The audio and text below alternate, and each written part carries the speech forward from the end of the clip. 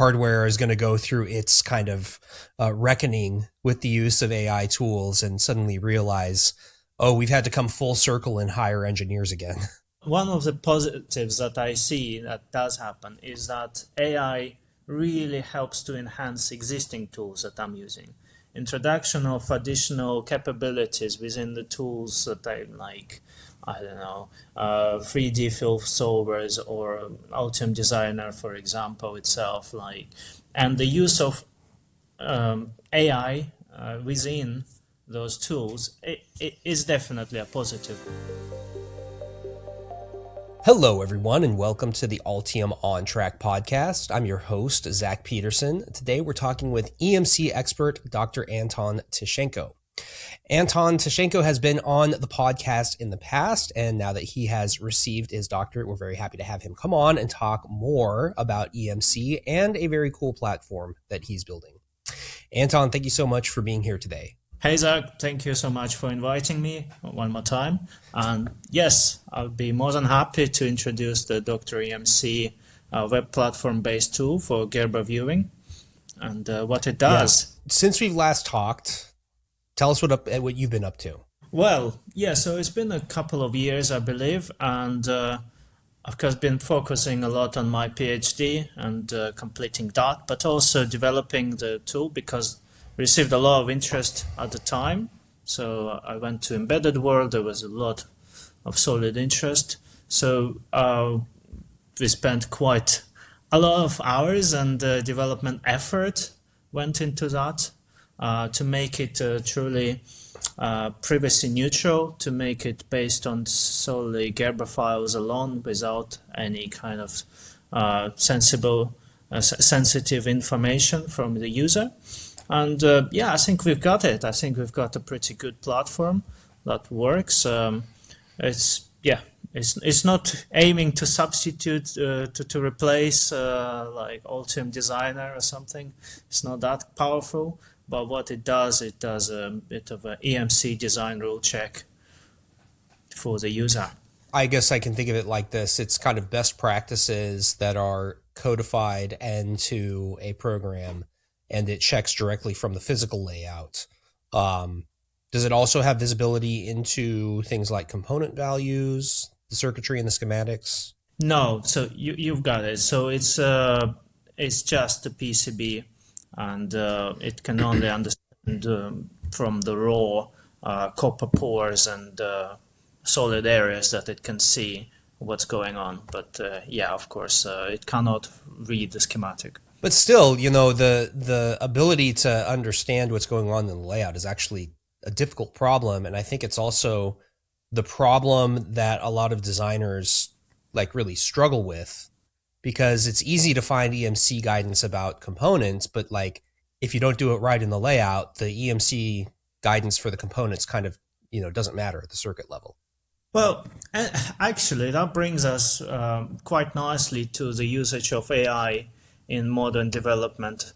And in particular with respect to PCB layout, what I see happen those days more and more is that engineers would develop schematic or capture schematics themselves based on datasheets, etc. But then they would give that to, for example, AI tool and or delegate it somewhere else, and basically that will give them something. So they will receive a layout, they will not do it themselves, and they wouldn't necessarily know is it a good or bad one, because they may make an assumption it's a great layout or not have much experience themselves. Yeah, and I think the ability to kind of, periodically export Gerbers and then, get some feedback as you're working through the design is actually pretty useful.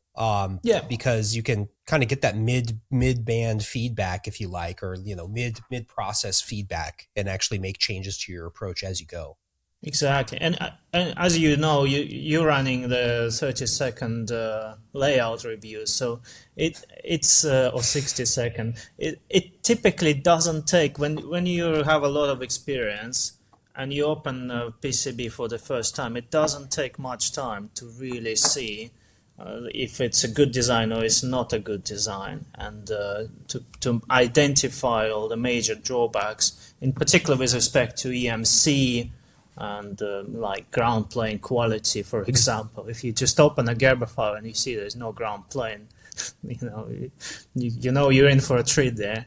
Yeah, especially if you see a big integrated circuit, there's, digital stuff on it, and it's like, oh, they didn't put any ground anywhere. This is going to be interesting. Yeah. Tiny 10 mil trays connecting it all. Yeah.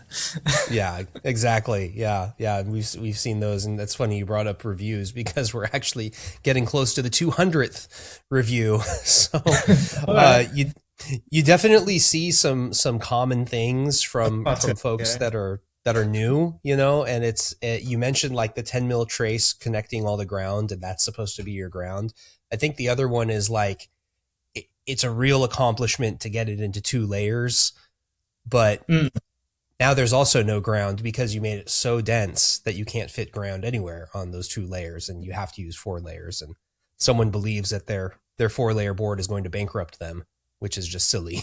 Yeah, I see people take it as a personal challenge to just squeeze it into as few layers as possible.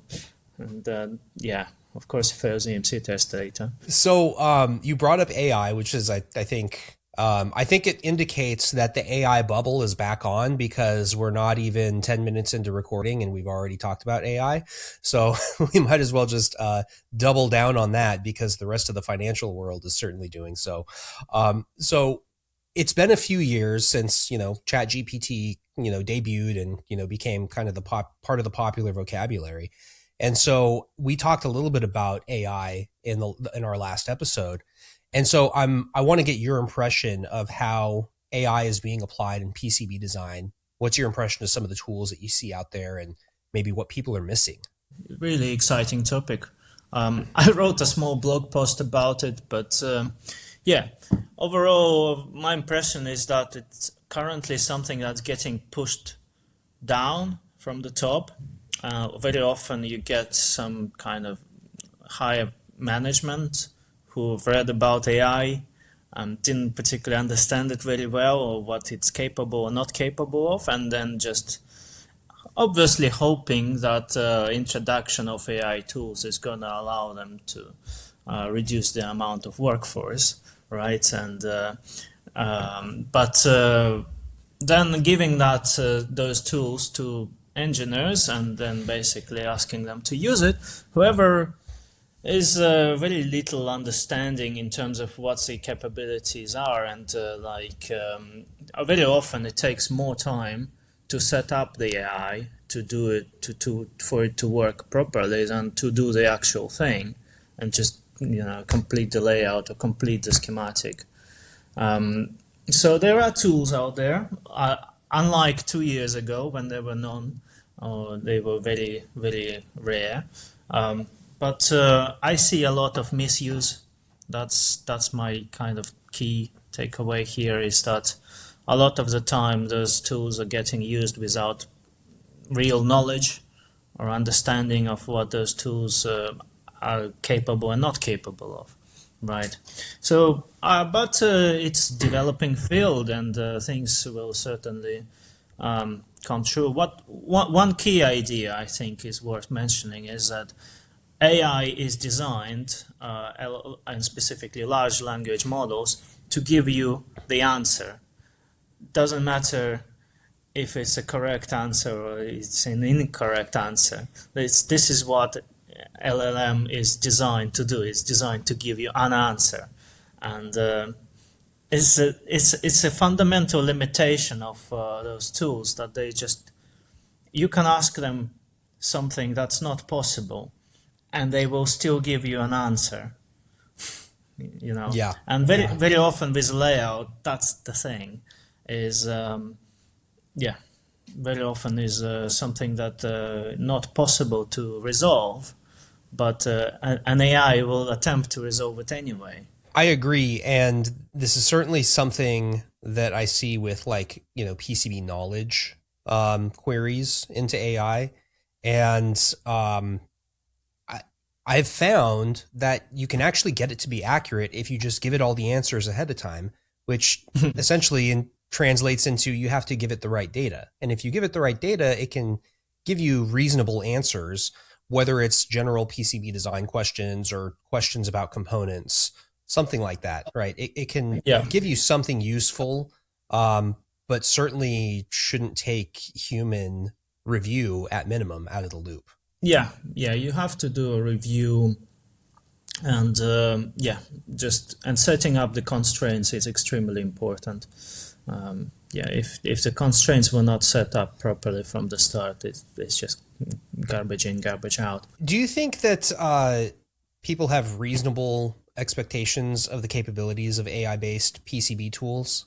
I think most people don't. This is where I started, is that we get kind of management that thinks, oh, we're going to replace 3 engineers out of 5 by introducing some fancy AI tools. And that just doesn't happen.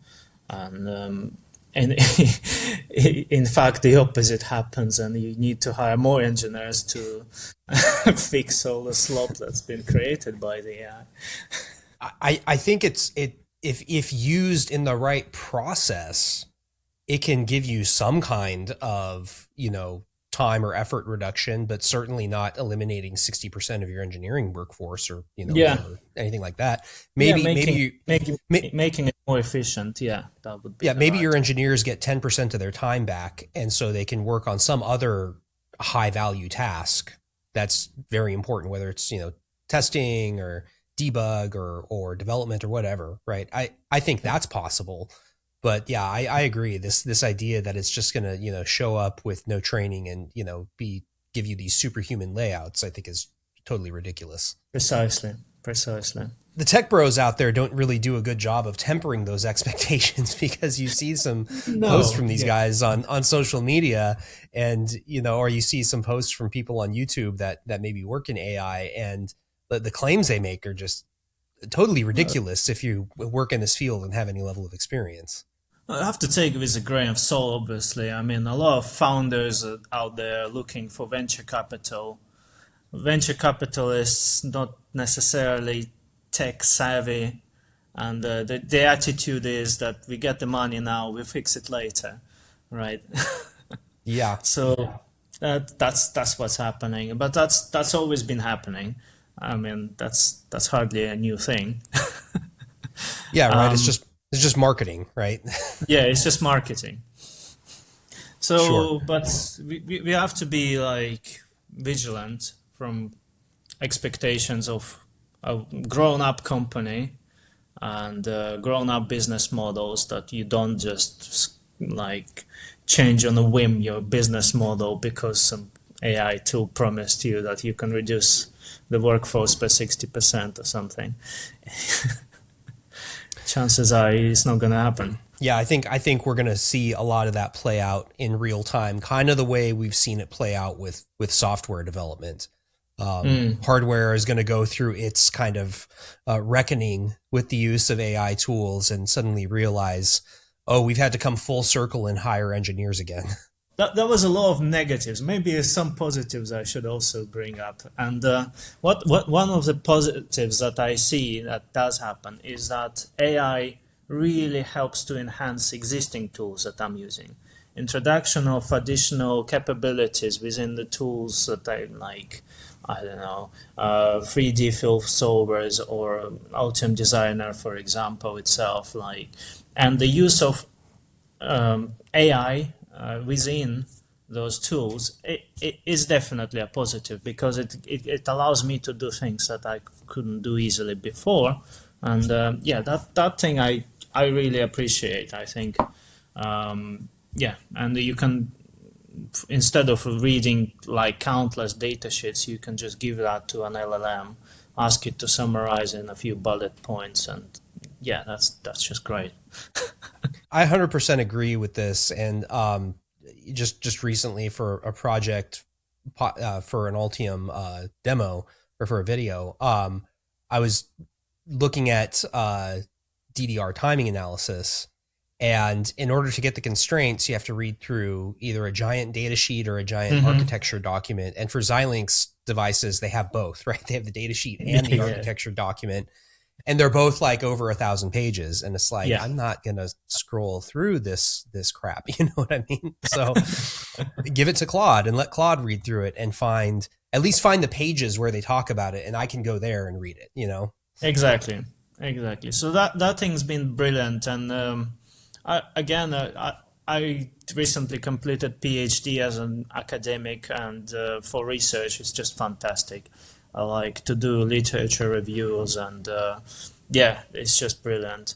I can suggest some obscure articles you never heard of before, and it just finds them from the depths of the internet. And if I did it manually, it would take me weeks. I remember those days of literature reviews. I would actually go through and look at the citations of the articles I was in and just follow the threads. And eventually I would realize I was just going around in a big circle between all the citations. Yeah. Everybody's just citing each other. And it was actually really hard to find sometimes those really obscure articles that have really good insight. So I totally agree with what you're saying. So that thing's fantastic. It's optimizing the way we work, definitely. It's changing how we work. But is it going to replace us anytime soon? I doubt it. So one thing you brought up that was interesting was simulation, right? And I think there's kind of two arguments here, right? One is that AI will totally replace simulation, and there are some people who are trying to do that. I think that's total nonsense. I think AI replacements for simulation are really just doing image generation. I don't really see that they're doing any actual math. But then there's AI enhancement to simulation. So what are your opinions on those two things? I totally agree with you, actually. The enhancement of simulation and, for example, finding out like areas that you need to improve. And also, for example, optimizing. This isn't something I really looked into, but I think would be a really great use is to use AI to optimize the simulation, like meshing, and how it resolves itself. That would be really quite cool. And I think it's got like really the right tools to do that, to find the best combinations that reduce the computational complexities. So find the easiest path. Fundamentally to run a simulation on a cloud or something, again, it's going back to the earlier point. It will just give you a result, any means necessary. And if that means having a generated cloud, that's what it will do. And it's just not trustworthy. It's nice to hear these things from someone else in the field, because there's, I think, a lot of people who will see some of these AI tools come out and kind of act as a replacement for simulation or claim to be a replacement for simulation and just jump on it. That's the problem. You never know until you receive your PCB and went to an EMC test house. I think the statistic you said last time was 50% failure rate for boards. We've probably gone. It's probably worse now. We had Karen Burnham on the podcast earlier this year, and I think she said 70%. Okay, yeah, that's probably right. Yeah, so probably soon we'll be at 80%. Yeah, for people starting out on that journey, it's a really challenging time. Yeah, that's true. That is a common question that hits my inbox is, where should I look to for reliable resources to learn in this field? And it always comes from junior engineers, and they don't ever mention AI slop specifically, but I can see that is probably one of the motivators for trying to reach out to people to try and figure out where to get the best advice for learning PCB design and EMC and those types of topics. And also those things are hard. Like what I find a lot is that people trying to naturally get the easiest solution, and but really learning electronics is hard. And to be honest, there's not much shortcuts, and like learning EMC, you kind of need to learn Maxwell's equations, and that's hard. But and AI can promise you great things, and great shortcuts, which a lot of people tend to follow into. Well, we'll see how it turns out, but I think this is a good segue into what you're building, which is a platform for Gerber analysis and specifically focused on EMC. And you mentioned it's like an EMC design rule check. So if you could just tell us a little bit about what inspired you to do this and how the platform works. It basically is a tool that I always missed myself to kind of do a final stage review on a printed circuit board, either developed by myself or somebody else. So, and that's what's inspired me to do that. And at the time, I don't think there were any alternatives. Nowadays, you get a few more possible variations there. Yes, it's basically just a simple as possible EMC review of has the designer followed the most basic principles in the layout design for EMC basically, for especially radiated emissions. Let's be very specific, because things like surges or EFTs are really difficult to check without access to schematics. So we're not doing that. It's mostly focused on the general radiated emissions overlook of design, like good design practice. Does it have a ground plane? That sort of stuff. Why operate with Gerbers? Why not get into the native design files or use like IPC 2581 or use ODB++? Why start with Gerbers? Is it just because so many manufacturers use Gerbers and everybody's exporting the Gerbers anyways? It's something that everyone has, and it's something that you have to do as a designer anyway. So you sooner or later have to generate Gerber file. ODB++, I personally generated it maybe twice or 3 times or something. It's not something I regularly do. It's not part of my delivery package. So that would make it quite a fork out activity for me to actually use a tool that needs ODB++ files. Basically, at this point, I would have to log hours into that and tell my manager that this is what I'm doing, and especially if that's involving some NDA signature, that can take months. And this is the reason. So I don't want to force people to sign NDA with me, and I want them to just use it as they about to place an order for their PCB, and just do some basic sanity check on the fabricated file to find out, does it have a ground plane? Is there like a monumental crosstalk between different banks of DDR issue or some stuff like that? And that's the idea. It's not gonna give you like 100% answer that okay, this board is brilliant, it's gonna pass EMC. It's still lots of things that can go wrong. Still lots of things can go wrong. But at least if you're getting all the green flags, you're on the right path. So if you could, I think you have a demo set up. Go ahead and give us a demo and let's see what it can do. So let me head to my website first, so to show how to access the tool. It's pcb4emc.com. Once we're on the website, we need to head to EMC Analysis and hit the Access PCB4emc Analysis button. So I'm already logged in, but if I wasn't logged in, it will get you to the login page, where you need to, basically prior to this, you need to create an account on the website.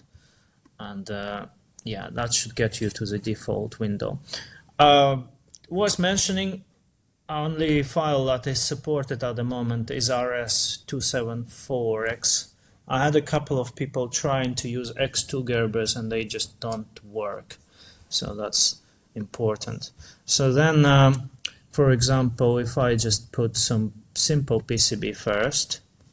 So the thing that it does straight away, it's trying to identify the board size and dimension, so the outline. And that's typically a layer within Gerber files, zip. So usually a mechanical layer 1. If we're happy with it, we click yes, confirm. We can also select a different one.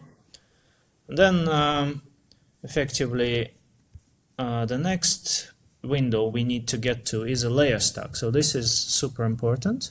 This is where we need to set up actual stack information. There is an auto-populate, but it's a bit wrong. So we need to set those thicknesses as they will be on the PCB. But I'm just going to use some default values. So for example, this is just dielectric spacing. I'm assuming everyone's familiar with that. Yeah, we have some inner layers here. So this is a 4-layer PCB. And actually, I have a preset for a 4-layer PCB. There you go. Let's use a preset. And then once we've done that, we click rearrange and start assessment.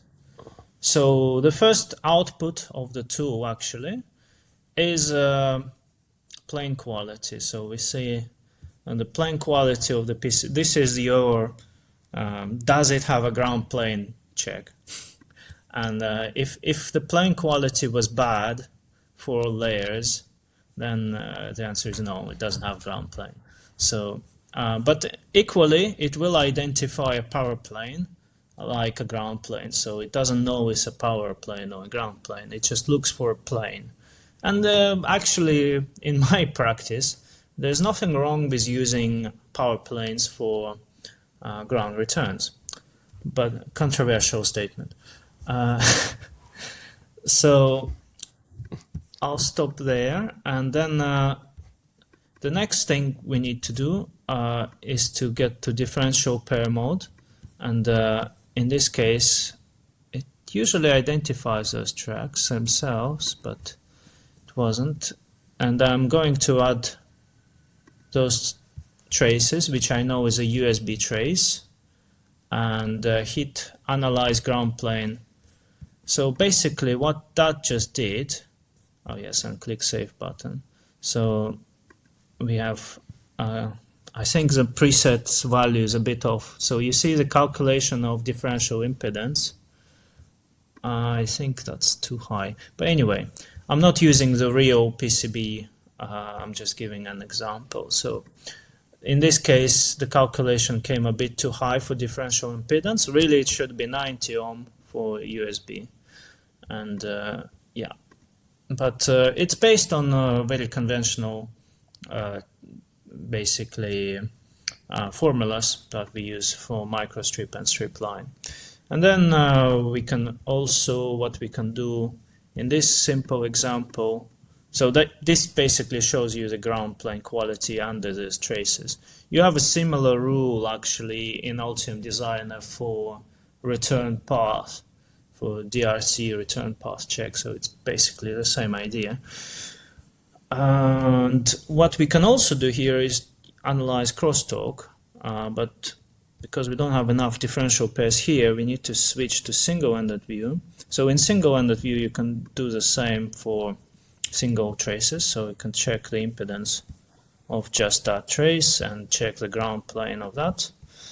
And then you can also do some crosstalk analysis. So for example, if I pick those traces, which appear to be, okay, it still gave me a low crosstalk even though they're quite close. And yeah, but that's the idea, is that you can analyze different traces for the crosstalk quality. And so we can switch through layers, and so this is why the ground plane was excellent, is because this layer is just solid poor, and this layer is also solid poor. So yeah, that's about it for example, this board.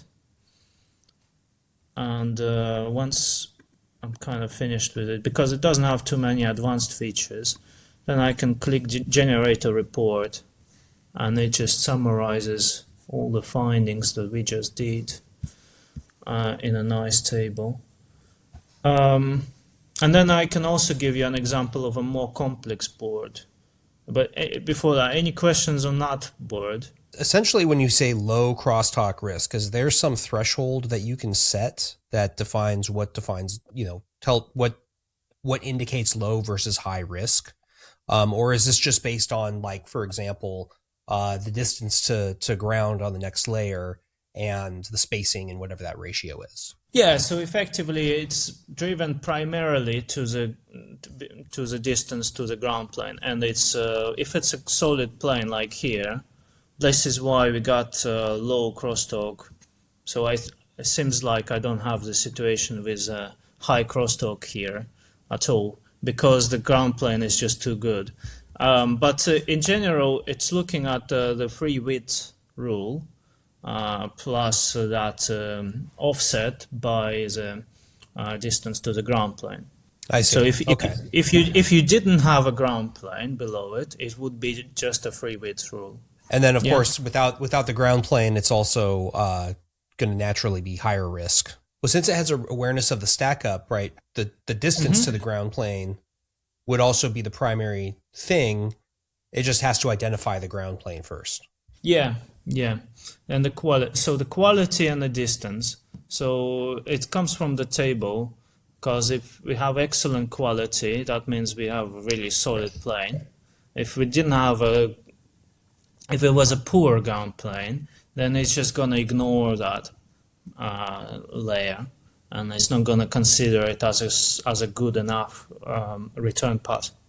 And now I see why you're giving it a risk number, because it's, I guess it's not that it's intentionally vague, it's just that the actual, like, numerical calculation would depend on, for example, rise time and then dielectric constant, and we don't have that information. There is a decay. I see. Actually, okay. There was a rise time. I can't remember, but I fixed it arbitrarily. Is I see. Was it 1 nanosecond maybe? I can't remember now. Okay. But yeah, I fixed it arbitrarily. Still though, right? I mean, at least just using that information, you can say, okay, high risk or low risk. So that makes sense. Yeah. I guess the takeaway from this is that someone could take this and say, well, okay, rather than simulating the entire board, we've identified 4 high risk nets, for example. We should just simulate those, and it lets us confine our attention to the stuff where there's actually potentially going to be a problem. Yeah, I mean, more often than not, what I find is when I do this kind of analysis, I see, for example, these nets didn't come as high crosstalk risk, but there's no reason why they can't be more spread out, isn't it? Sure. So why not just spread them out a bit more here? Like if I know those are actually just some GPIOs, in fact, but if they were some master clock signals, I would just spread them out more anyway and have some like separation between them. Let me also have a look at the more complex example. So before you get into that, one question I have, can this handle coplanar ground? Right, because that is quite common with 2-layer boards, is someone will fill in everything with ground because that's the only place that they can put it. Yeah. So you mean the situation when you don't have ground below? Or maybe you have both. Or maybe it's a 2-layer board and there's some empty space top and bottom side, but you fill it with ground because that's the only place to put any appreciable amount of ground. I guess the answer to that is probably no. If you had just 1-layer PCB, it probably wouldn't resolve that as a good return plane, and I'm not sure it is actually. Well, I agree with you, right? I mean, it's not a very good return plane. I just want to make sure that the tool would agree with our human intuition, Yeah, so it is kind of designed to look for so what may happen, for example, like that you may have a 2-layer board. One has so both have solid regions of pores, and some traces as well. Then, depending on how many you have, they may be identified as good polygon pores, and then they would be the traces would get referenced against each other. So not so much as a coplanar still return, because a coplanar is really dodgy in my opinion. Like relying on a coplanar in a conventional PCB design is really dodgy unless it's done properly, which is it's never done properly. 99.9% of the time it's not done properly. It's just really dodgy. So in this case, to be honest, I haven't really considered that to reduce that possibility. But what I also want to say on this, in situations where we have a plane and on a layer 2, and we have some ground on layer 1, this, in my opinion, is not a coplanar waveguide. This is still very much microstrip, because the majority of return path is going to be from between the trace and this solid plane. And all these shielding nets, for example, on the top layer, like we have those pore. Yeah, we have a pore here, but it's not very well joined to the middle layer, and it's a little bit disjointed in general. So you see they got islands there. I just don't think they're going to work as a good low impedance return path anyway for it to function as a coplanar waveguide. Yeah, I agree with you. This is one of the reasons I think people just throw stitching vias at it, because they're trying to get all the islands connected and get return vias for signals into the right spots accidentally without actually taking the effort to go through the layout and place any of that manually. And so you're probably still going to be left with a bunch of islands, like you've indicated, even if you do use a stitching via tool. Yeah, they're still not going to be very efficient at so if you want a proper coplanar waveguide, it should have 2 traces for differential pair and nothing but ground on the left and right hand side for at least like 100 mil or something like that. And yeah, that would work as a coplanar waveguide. But when do you have that? Yeah, very rarely. Test boards, for sure. Test boards. Yeah, that's about it. Well, this is very cool. You've been able to spin this up pretty quickly, which I think is impressive. And I can see that there's a lot of different directions you can go with this kind of tool. And the thing that's interesting about this in particular is that it's one of the few tools I've seen that leverages AI that's not just like another chat with datasheet tool, because most of this stuff I get sent, requests to review, tools quite often. And I can't tell you, it's like we don't need 20 chat with datasheet tools, but like we need something like this. This is actually helpful. You know what I mean?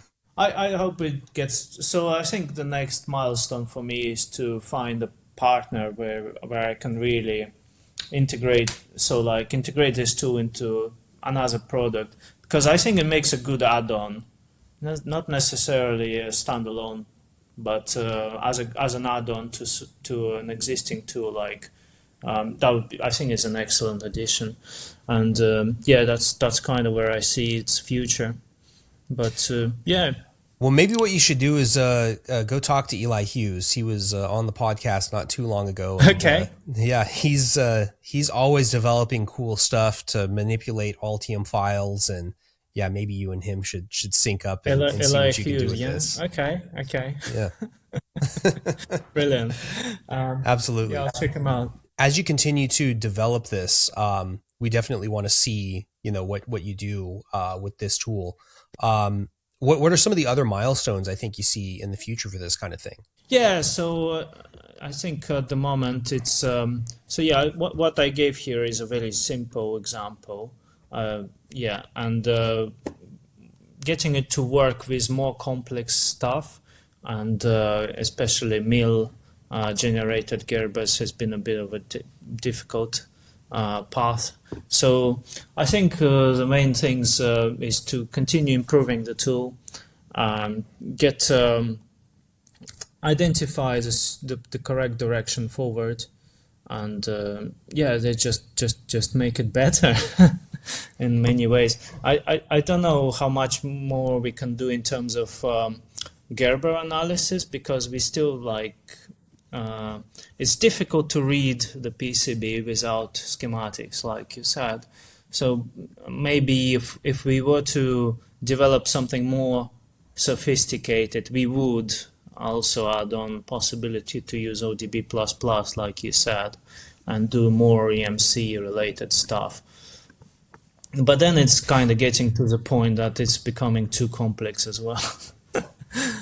Yeah, I think ODB++ is useful only because you can use it in other simulators, right? And it contains all that information. So that's another one where if you were, a team that has access to a simulator, you would have to use it in those other tools anyways, and then you're going to have to generate it. So you might as well, build in the support for it. Just my opinion. Yeah, I mean, in general, well, because it's an online, because it's an online tool, it can't run too heavy algorithms, and it's interesting to see what is the easiest way forward here, and what we should be really doing to make it easy enough to run, and not basically, and be useful for the user. So it's to keep it on a cloud and not force it into a desktop application. I guess that brings up another question. I know I keep having questions here, but I guess that brings up another question, which is, would you ever do a desktop version? Do you see value in that? Or maybe not a desktop version, but maybe it's in the browser, but it still runs locally on your own computer. Yes, but I think in general, I don't think it's really gonna be as powerful as, say, like SI Wave from ANSYS or Altium Designer. There are tools already in existence that do that, and to get to that level of performance would be just unachievable for me as an individual. So it's something that maybe, if we receive necessary financial backing for it, well, I'll look into that. Otherwise, probably no. Well, that's understandable. And in any case, like I said, if as you keep developing this stuff and you introduce some of these newer features and hit some of those milestones, we'd love to have you come back on and show what you're doing, because I think this kind of stuff is really cool and definitely really necessary for all the designers out there. Fantastic. Yeah, I'll be more than happy to do that. Absolutely. Well, cool. Well, Anton, thank you so much for being here again. Always nice to have you back on, and we'll have you come back on again here in the future. Thanks, Zach. Cheers. To everyone that's out there listening, we've been talking with EMC expert Dr. Anton Tishchenko. If you're watching on YouTube, make sure to hit the like button, hit the subscribe button. You'll be able to keep up with all of our podcast episodes and tutorials as they come out. And last but not least, don't stop learning, stay on track, and we'll see you next time. Thanks, everybody.